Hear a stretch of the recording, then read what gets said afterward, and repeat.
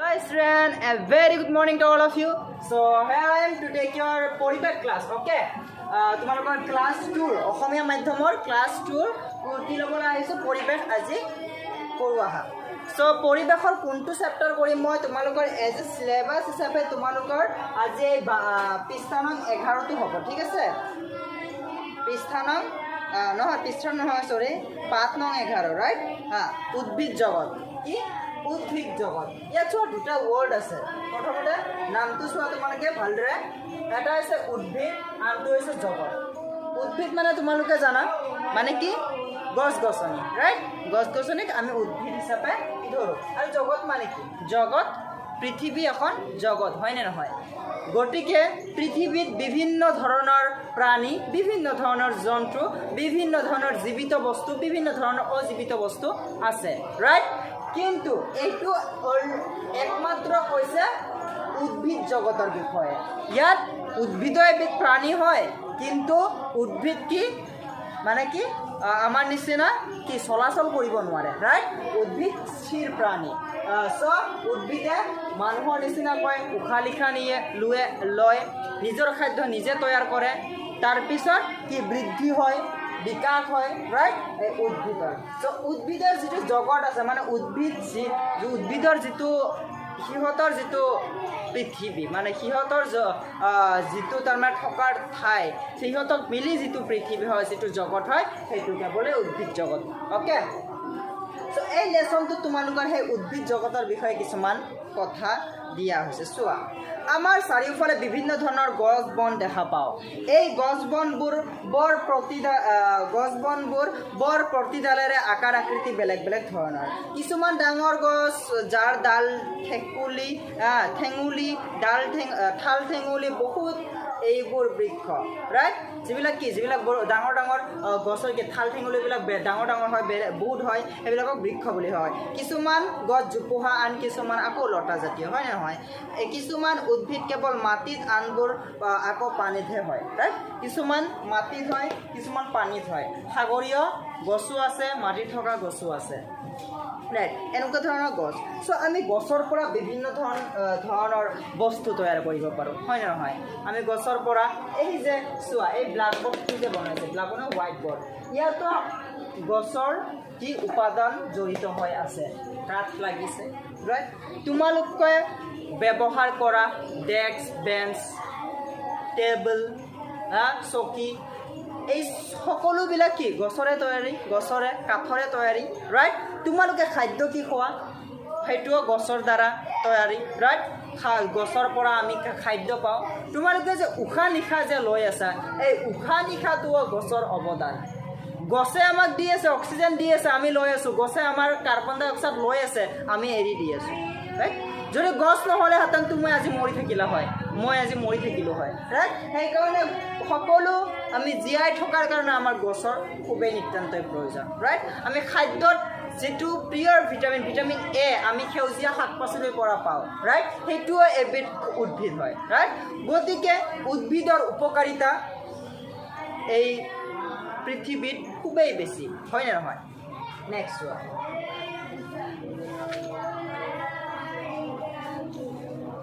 ইয়াত চোৱা কিছুমান আকৌ শাক অৰ্থাৎ পাতবোৰ আমাৰ খাদ্য। এই আছো পদিনা, বন্ধাকবি, ধনিয়া, পালেং, এইবিলাকৰ কি পাতবিলাক আমি খাওঁ, ৰাইট? পাতবিলাকে খাওঁ। চোৱা, আমি খোৱা চাহ আৰু কফি উদ্ভিদৰ পৰাই পাওঁ। গুল্মজাতীয় উদ্ভিদ চাহ, এই চাহ গছৰ পাতৰ পৰা আমাৰ প্ৰিয় পানীয়া চাহ প্ৰস্তুত হয়। ঠিক সেইদৰে কফি গছৰ গুটিৰ পৰা কফি তৈয়াৰ কৰে, হয়নে নহয়? চাহ গছৰ পৰা চাহপাতৰ পৰা আমি কি চাহটো পাওঁ, আৰু সেইটো পানীত দিয়াৰ পিছত সেইটো আমি চাহ খাবলৈ পাওঁ, ৰাইট? পিবলৈ পাওঁ। ঠিক তেনেদৰে কফি যিটো খাওঁ আমি, কফি গছৰ গুটিৰ পৰা হয়, সেইটো পাতৰ পৰা নহয়, ঠিক আছে? এয়া চোৱা, কফি গছ, এইটো কফি গছৰ গুটি আৰু কফি, ৰাইট? এয়া চাহপাত আৰু চাহ বনাইছে, ৰাইট? নেক্সট চোৱা, বিভিন্ন ঔষধি গছ। এতিয়া চোৱা, বিভিন্ন ধৰণৰ ঔষধ বনোৱা গছো আছে।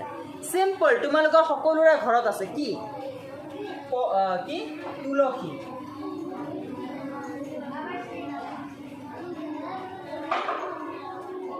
তুলসী গছ তোমালোকৰ প্ৰত্যেকৰে ঘৰত আছে চাগে।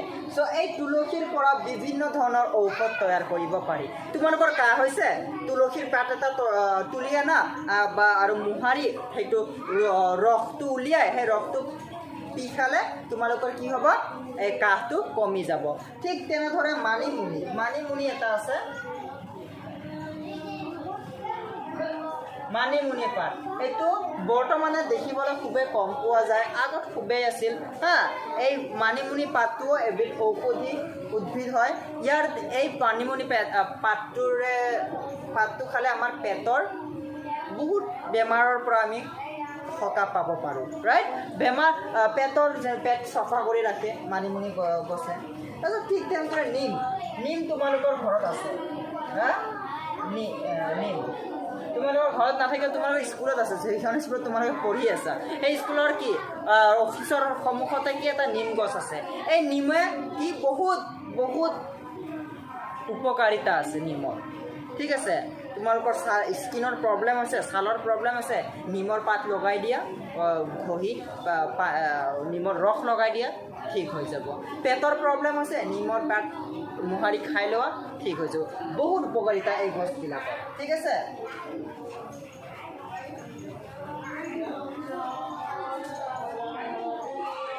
ঠিক তেনেদৰে জেতুকা আছে, হালধি আছে, চন্দন আছে, এইবিলাকক কি এটা সৰু সুৰা এইবিলাকৰ দ্বাৰা আমি কি বনাব পাৰোঁ, মেডিচিন বনাব পাৰোঁ।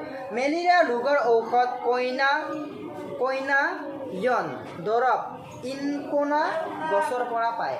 এই যে আছে চিনকোনা গছ যে আছে, এই চিনকোনা গছৰ পাতেৰে কি এই মেলেৰিয়া বেমাৰ যে আছে, মেলেৰিয়া ৰোগ, সেই মেলেৰিয়া ৰোগৰ এই চিনকোনা পাতৰ দ্বাৰা তৈয়াৰ কৰা হয় ঔষধ, ঠিক আছে। সুগন্ধি, এতিয়া চোৱা সুগন্ধি উদ্ভিদৰ পৰা আমি বহুতো ধৰণৰ বস্তু পাওঁ, তাৰ ভিতৰত এটা কি পাওঁ আমি, সুগন্ধিমূলক বস্তু আমি উদ্ভিদৰ পৰাই তৈয়াৰ কৰিব পাৰোঁ। লাইক গোলাপ ফুল খুব ধুনীয়া গন্ধ হা, নাৰ্জী ফুল, তগৰ ফুল, ৰাইট। তাৰপিছত কি ৰজনীগন্ধা ফুল, গুটিমালি, এই ফুলবিলাক যে আছে, এই ফুলবিলাকৰ দ্বাৰা কি তৈয়াৰ কৰা হয় জানানে তোমালোকে? প্ৰথমতে পাৰফিউম, তোমালোকে গাত চেন মাৰা না, পাৰফিউম মাৰা, বডি স্প্ৰে মাৰা, এইবিলাকৰ দ্বাৰাই তৈয়াৰী হয়, ৰাইট। তাৰপিছত কি ঘৰত আগৰবাতি জ্বলোৱা, ৰাইট, আগৰবাতি মানে ধূপকাঠি জ্বলোৱা, সেই ধূপকাঠিৰ চেন ক'ৰ পৰা আহে, এই ফুলবিলাকৰ পৰাই হয়, ৰাইট। তো চোৱা এই গছৰ পৰা আমি কি বস্তু পাওঁ। নেক্সট চোৱা, বৰ্তমান বজাৰত ফুলৰ অতিকৈ চাহিদা থকা ফুল নাৰ্জী, ডালিয়া, গোলাপ ফুলৰ খেতি কৰি আৰ্থিকভাৱে লাভৱান হ'ব পাৰি হা। এতিয়া চাওক কাঠ, শাল, শিশু, তিতাচপা, চেগুন, গমাৰি আদি গছৰ পৰা আমি ঘৰ সজাৰ বাবে, আচবাব সজাৰ বাবে কাঠ পাওঁ। বাঁহ বেতেৰে আমি আমাক সদায় লাগি থকা সঁজুলি সাজি লওঁ। ঘৰ সজা কামটো বাঁহ বেত হয়। এতিয়া চোৱা সূতা বা আঁহ, কিছুমান গছৰ পৰা সূতাৰ নিচিনা আঁহ পোৱা যায়, এইবোৰ যঁতৰত ভালদৰে পকাই সূতা তৈয়াৰ কৰে। কপাহী সূতা কপাহ গছৰ পৰা আহৰণ হয়। ঠিক সেইদৰে মৰাপাতৰ গছৰ পৰা মৰাপাতৰ আঁহ পাওঁ। এই মৰাপাতৰ পৰা ৰছী আৰু মোনা তৈয়াৰ কৰা হয়, ঠিক আছে। নেক্সট চোৱা, ৰবৰ বা কাগজ হা। ৰবৰ গছৰ আঠাৰে অৰ্থাৎ ৰবেৰেৰে বিভিন্ন সামগ্ৰী তৈয়াৰ কৰা হয়, যেনে গাড়ীৰ টায়াৰ, ইৰেজাৰ মানে ৰবাৰ যে আছে, ৰবাৰ ইৰেজাৰ হা, পানী টেংক, জোতা আদি, ৰাইট। এয়া এই ৰবৰ এটা গছ আছে, সেই ৰবৰ গছৰ যিটো আঠা উলিয়াই সেই গছৰ পৰা, সেই আঠাৰে কি তৈয়াৰ কৰা হয়, গাড়ীৰ চকা তৈয়াৰ কৰা হয়, চেণ্ডেল তৈয়াৰ কৰা হয়, জোতা তৈয়াৰ কৰা হয়, ইৰেজাৰ তৈয়াৰ কৰা হয়, মোনা তৈয়াৰ কৰা হয় ইত্যাদি, ঠিক আছে। বিশেষকৈ বাঁহ গছৰ পৰা কাগজ তৈয়াৰ কৰা হয়। আৰু যে বাঁহ যে আছে, এইটো যে তোমালোকৰ যে কাগজবিলাক যে বনাইছে, এই কাগজবিলাক ক'ৰ পৰা বনাইছে, বাঁহ গছৰ পৰা তৈয়াৰ কৰা হৈছে। গছে বায়ু পৰিষ্কাৰ কৰে, হয় নে নহয়, যিটো মই অলৰেডি কৈছোঁ, ৰাইট। গছে কি আমাক বিশুদ্ধ বায়ু দি আছে, ৰাইট। এয়া যে গছ আমাৰ গাত যে বতাহ আমি যে অনুভৱ কৰোঁ, এইবিলাক আমি ক'ৰ পৰা পাওঁ, গছৰ পৰা পাওঁ হা, ৰাইট। আমি যে উশাহ লৈ আছোঁ, উশাহত কি লৈ আছোঁ, অক্সিজেন গেছ লৈ আছোঁ, সেইটো কোনে দি আছে, আমাক গছে দি আছে, গছে উৎপন্ন কৰি আছে আৰু আমাক দি আছে, ঠিক আছে। চ' এইবিলাকে আমাক এনেধৰণে সহায় কৰে, ঠিক আছে।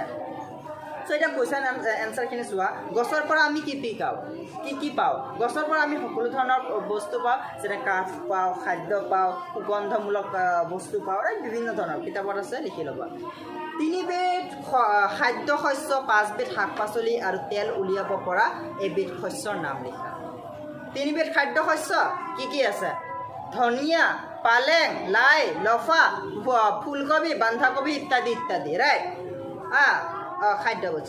খাদ্য বস্তু হিচাপে তোমালোকে কি লিখিবা খাদ্য বস্তু হিচাপে এইফালে আছে চোৱা খাদ্য হিচাপে গাজৰ বিট মূলা কচু এইবিলাক খাদ্য বস্তু আৰু কি শাক পাচলি চোৱা পদিনা বন্ধাকবি ধনিয়া পালেং ইত্যাদি তাৰপিছত কি আছে তেল উলিয়াব পৰা সৰিয়হ ৰাইট 3টা ফুলৰ ব্যৱহাৰ লিখা কি ফুলক কি ব্যৱহাৰ কৰা হয় ধূপকাঠি বনাওঁতে পাৰফিউম বনাওঁতে চেণ্ট বনাওঁতে আদিত ব্যৱহাৰ কৰা হয় আমাৰ চাৰিওফালে গছ গছনি থকাটো কিয় জৰুৰী আমাৰ চাৰিওফালে গছ গছনি থকাটো নিতান্তই জৰুৰী কিয়নো গছে আমাক অক্সিজেন দি আছে গছে আমাক বায়ু দি আছে ৰাইট গছে আমাক খাদ্য বস্তু দি আছে গছে আমাৰ পৰিৱেশটো সুৰক্ষা কৰি ৰাখিছে পৰিষ্কাৰ কৰি ৰাখিছে এই সকলোবোৰ কাৰণত আমাৰ চাৰিওফালে গছ গছনি থকাটো নিতান্তই প্ৰয়োজনীয় ঠিক আছে নেক্সট হোৱা কিদৰে গছৰ মৰাপাতৰ দ্বাৰা আমি সাৰুৱা কিদৰে গছৰ মৰাপাতৰ দ্বাৰা মাটি সাৰুৱা কৰিব পাৰিছোঁ এতিয়া গছৰ পাতবোৰ সেউজীয়া হয়নে যেতিয়া গছত থাকে তেতিয়া সেউজীয়া ৰঙৰ থাকে যিটো সেইটো মৰি যেতিয়া সেই গছৰ পাতবিলাক মাটিত পৰি যায় সেইটো কি মাটিয়া কালাৰ মানে ব্ৰাউন কালাৰৰ নিচিনা হৈ যায় সেই গছৰ পাতে কি নিজৰ খাদ্য নিজে তৈয়াৰ কৰে সূৰ্যৰ ৰশ্মিৰ দ্বাৰা পানীৰ দ্বাৰা চ' এইবিলাক যেতিয়া মাটিত পৰে মাটিত যেতিয়া গেলি পচি মাটিৰ লগত মিহলি হৈ যায় সেই মাটি কি হয় সাৰুৱা হৈ পৰে সাৰ হৈ পৰে ঠিক আছে মেলিয়া দৰৱ তৈয়াৰ কৰা উদ্ভিদ গছৰ নাম কি চিনকোনা গছটোৰ নাম ৰবৰৰ পৰা তৈয়াৰ হোৱা কেইটামান সামগ্ৰী তোমালোকক কৰোঁ কি জোতা চেণ্ডেল টায়াৰ ইৰেজাৰ মোনা ইত্যাদি ঠিক আছে এনেকৈ তোমালোকে কুৱেশ্যনখিনি লিখি ল'ব ইয়াত আছে গোন্ধ নথকা ফুল ইয়াত আছে পানীত ফুলা ফুল ইয়াত আছে ইয়াত তোমালোকে নিজে ট্ৰাই কৰিবা ঠিক আছে চ' আজিৰ কাৰণে এইখিনি থাকক ধন্যবাদ